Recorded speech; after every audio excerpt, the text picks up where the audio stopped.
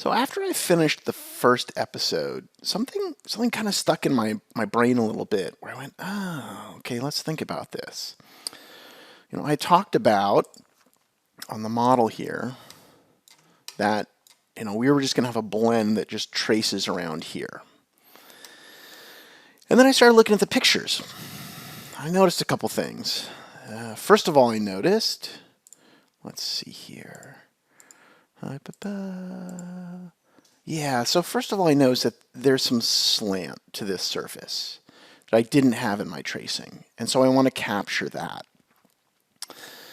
But what I really thought about and what caught my eye, let's see here. Okay. So if I just have it trace around here, if we keep this edge the same, let me go back and show you the model. If we just keep this edge where it just traces around here, the blend does. What I think is going to happen is we're going to end up with a bunch of compound curvature right in here, right? Because this corner would come around here like this. And I don't see that in this lens. And so what I am seeing, right, we've got this blend that's constant here to the louvers. And then this blend sort of opens up like this, and you can see the way that the highlights track from the lighting.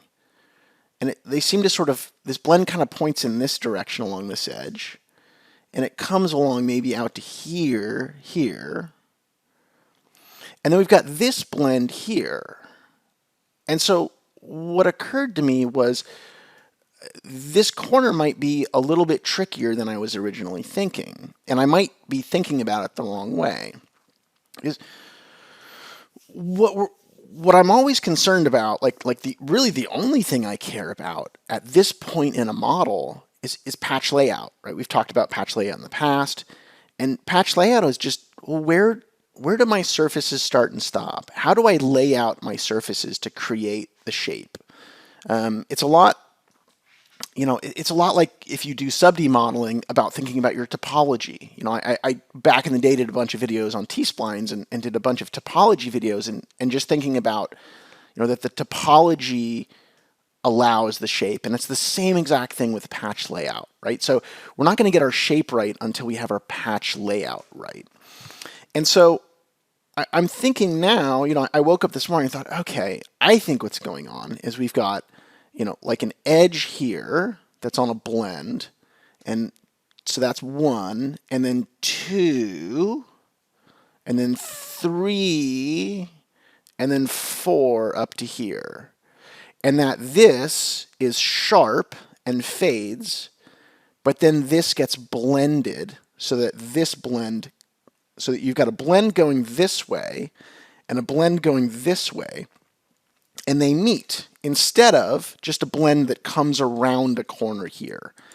And I think let's go back. I think that's more right. I think that's on the right path. Because again, I'm not seeing a bunch of compound curvature right here. And if this solution, like I was proposing, was the solution, we'd see a bunch here. And nobody wants to manufacture lenses like that, right? It's, part of this comes down to how are these things actually made. And so I think, and again, you can just see the highlights. I think we have a blend that goes this way with that edge, and then this way, and there's an edge, and there's an edge, and that's 4. And that this blend comes around and fades out as we go to here. So this was my old one. And I've already mocked up what I think this new patch layout is. And straight away, I'm like, okay, I think that this is on the right path. And again, right now, all I'm concerned about is patch layout. I've made this surfacing, and I'm going to go through how I made it, but this is definitely not my final surfacing. This is just a check to see if my idea is right. And so let me put a safety on here. I always make a layer called safety, And safety is like, hey, I'm going to mess with stuff, but I want a copy that I can go back to. And so I always just make a layer called safety. I copy my objects to layer, and I turn that layer off. So I always can go back. But let me untrim this, and untrim this, and untrim this, and show you how I went through and built this. So first of all, I wanted to capture in side view a little bit more of that slant to the side profile. And so all I did was take this surface and push these verts back. You know, I had a vertical extrusion, and I just moved them backwards. And I did something rather canny here. I'm going to get rid of this for now. I'm going to untrim this. Great.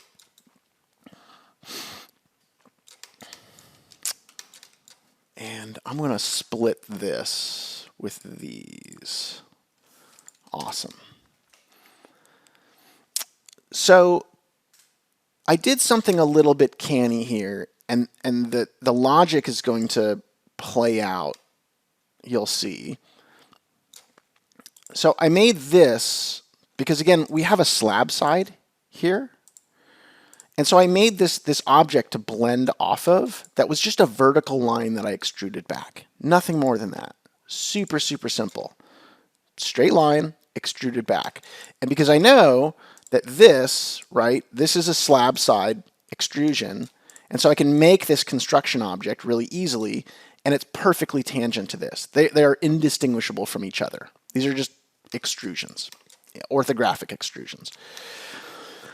I did something canny, which was that I set the Z level on this to the same as the Z level on this. And I'm going to loop back to why that is. That will become apparent why in a moment. For now, I'm going to split this with this and just ditch that. I'm going to split this with this. Oh, something's gone wrong there. Let's see here. Oh yeah, okay, we had a little, totally forgot to fix that, but for now, let's shrink it. Great. Okay, now this should split. Awesome. So, like I said, you know, even like this, because the other thing that I'm seeing here is that this blend gets really big in here. And if it just sweeps around the way that I have it, then this blend would sort of get big and then small. And I think that's going to look goofy. And right now, I'm just giving myself options. So I made this object right here that simulates the like downward, right? The edge that I sort of traced on that photo. I think that it sort of comes down like that. And just for the sake of making this file here, like I think, okay, you know, it doesn't go all the way here. Let's see, or does it? Let me see where I put it there. I did, okay. So, for the sake of keeping this simple, right now I'm just going to run this to this corner here, where this surface and this surface match. And I'm going to just put a line here. And all I'm doing is just sort of sketching. I'm going to change degree to 2. I'm just sketching the trim that I want on this. So something like that, you know, is notionally right. But this is not my final trim. This is not my final surface. That will be determined once I really blend this down. This is just a patch layout exploration. I'm going to split by isocurve right here. And I'm splitting by isocurve so that I can give myself a nice clean edge. Right? I can turn this, because this is an extrusion here, I can turn this curve into a perfectly clean edge. No problem. And I have a clean edge here. This is kind of whatever I want it to be. Like this is just a blend. And then I'm going to end up with a trim right here. But it's a trim of this surface where it's the same surface. So let me show you what that looks like. I'm going to split this now with this. I'm going to just discard this. And I'm going to split this with this curve right here. And then what I did, I drew a line both sides. Here, let's go back and do it from scratch. Yeah, let's do this. I drew a line and I used my both sides option perpendicular to here, and then I did this to it. And I extracted my isocurve right here. And then I took this and I extruded it inward like this, and I intersected this and this. And what this is going to give me is a really nice planar curve to build here. So watch this. Blend curve. I'm just going to blend this to this. Awesome. I have a trimmed edge right here. And, if let's turn off my construction objects. If I dupe this edge and I turn on the points, there's more points than I need, and they're not laid out that well. And this is a really clean trim on a clean surface. So straight away, I'm just going to rebuild this. Yeah, 4 points, degree 3. Sure, this is like super low deviation here. So this is great. Ended up doing 5 points. Oh, no, we don't want to do that. We want to do 5 points, degree 4 is what we want. Thank you. There we go. And I could tell that was funky because the points were kind of clustered at the edges there, right? So this is what we want. We want this. We have this really smooth trim, and we want a single span curve to describe it, or at least to be used to make our surface, right? So we've got a curve here. We can split it, because what we're going to do is we're going to build this surface from edge curves. This is the cleanest way to do it. And I'm going to take this edge right here and I'm going to split this. So now I have a single span curve. I have a split edge, perfectly clean, right? Split by isocurve that I've edge split. So like if I dupe edge on this and I turn on the points, right? It's degree 3. It's the same degree as this. And I have this curve here, which is degree 2. And I have this curve here. So everything is a single span curve that we're using for edge curves. We're going to use this curve, we're going to use this curve, and this curve. And that's going to form our surface by edge curves.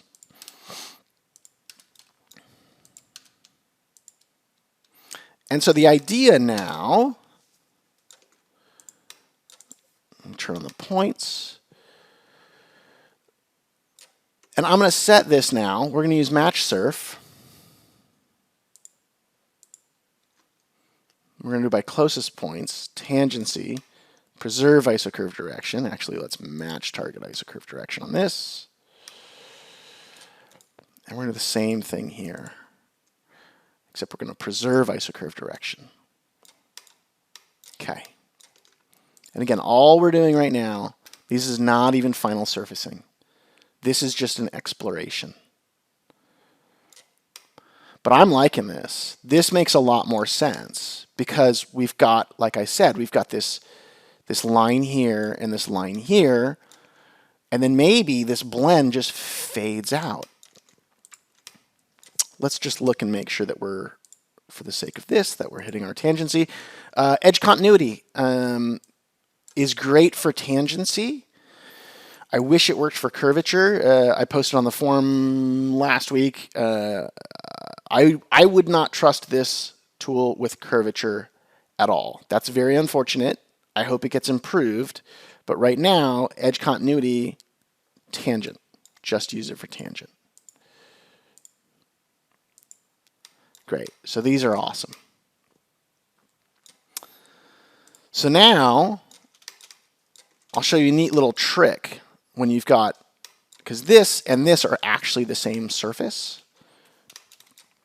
and we want to do a blend here. Let me show you something really cool.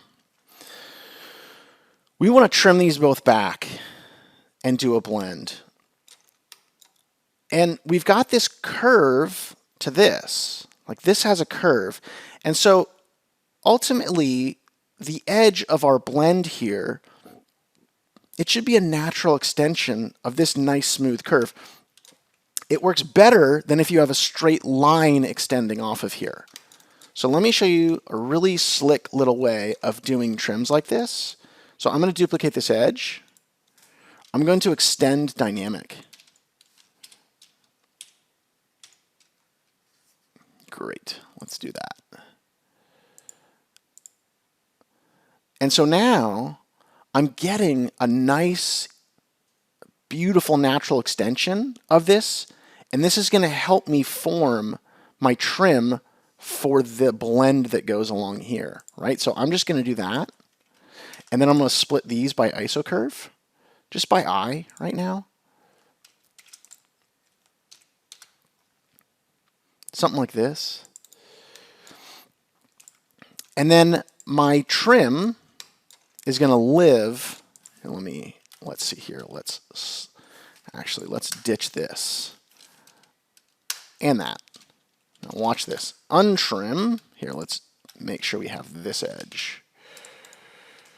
Let's untrim this right here. And let's fill it with a radius of 0. This curve and this curve. Oh, of course it won't fill it. So let's split this. Here's a quick way to do it. Forget it. Let's do it the hard way, the slow way. Okay, we're going to split this curve with this curve. Oh, geez.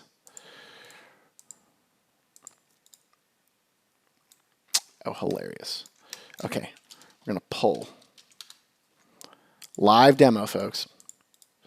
We're doing it live. We're going to split this curve with this curve. Great. And then we're going to split this curve with this curve. Awesome. So then this ends up being our cutting object for this surface.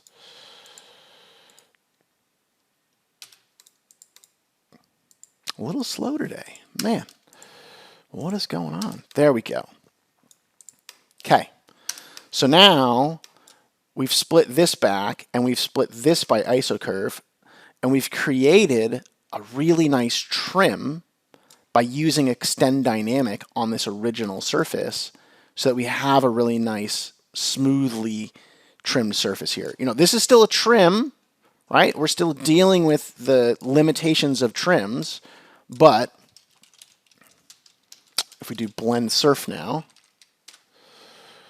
and we do say this to this, let's do it by curvature. Let's come in here with this and this. Let's see if we can get it. Yeah. Awesome.